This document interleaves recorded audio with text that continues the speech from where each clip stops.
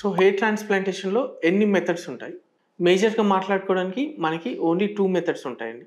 ఒకటి ఎఫ్‌యుటీ అంటే follicular unit transplantation and second one వచ్చేసి ఎఫ్‌యుఈ అంటే follicular unit excision.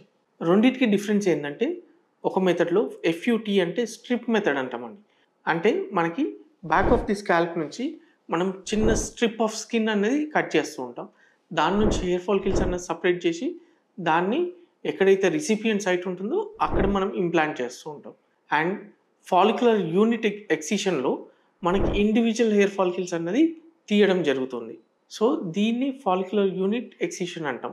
Most of the times ఇప్పుడైతే అందరూ ఫాలిక్యులర్ యూనిట్ ఎక్సిషన్ అన్నదే చేస్తూ ఉంటారండి.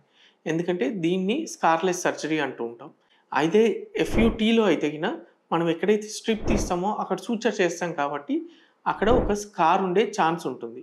కానీ ఈ 2 ప్రొసీజర్స్ కూడా ఎప్పుడైనా depending on case to case మనము సెలక్షన్ అన్నది ఉంటుంది. అండ్ ఈ 2 కాకుండా మనకి డీహెచ్ఐ అని, సఫైర్ హెయిర్ ట్రాన్స్‌ప్లాంటేషన్ అని ఈ 2 పేర్లు కూడా చాలా కామన్‌గా వింటూ ఉంటాం.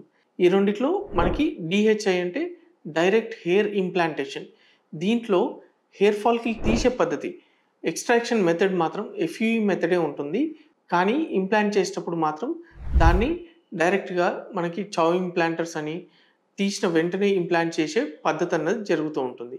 సో, దీన్ని మనము డీహెచ్ఐ అంటాం.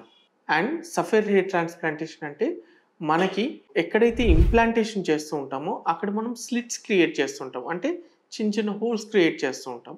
ఆ హోల్స్ క్రియేట్ చేసే క్రమంలో ఎప్పుడైతే సఫైర్ బ్లేడ్ వాడతామో దాన్ని సఫైర్ హెయిర్ ట్రాన్స్‌ప్లాంటేషన్ అంటాం. అండ్ ఇదే కాకుండా మనకి రీసెంట్‌గా లాంగ్ హెయిర్ ట్రాన్స్‌ప్లాంటేషన్ అని కూడా ఒక ప్రొసీజర్ ఉంది. దాంట్లో ఏం చేస్తూ ఉంటామంటే యూజువల్లీ ట్రాన్స్‌ప్లాంటేషన్ ప్రొసీజర్స్‌లో మనం హెయిర్ అన్నది ట్రిమ్ చేసి దాని తర్వాత ట్రాన్స్‌ప్లాంటేషన్ ప్రొసీజర్ చేస్తూ ఉంటాం. కానీ లాంగ్ హెయిర్ ట్రాన్స్‌ప్లాంటేషన్‌లో హెయిర్ ఫాలికల్‌ని మనం కట్ చేయాల్సిన అవసరం లేదండి. అంటే హెయిర్‌ని ట్రిమ్ చేయకుండానే మనం డైరెక్ట్‌గా లాంగ్ హెయిర్ అనేది ఎక్స్‌ట్రాక్షన్ జరుగుతుంది. అదేవిధంగా దాని ఇంప్లాంటేషన్ కూడా అదే ఉంటుంది. సో, ట్రాన్స్‌ప్లాంట్ చేసుకున్నాక రిజల్ట్స్ చూడ్డానికి ఇమ్మీడియేట్‌గా కనబడుతూ ఉంటాయి.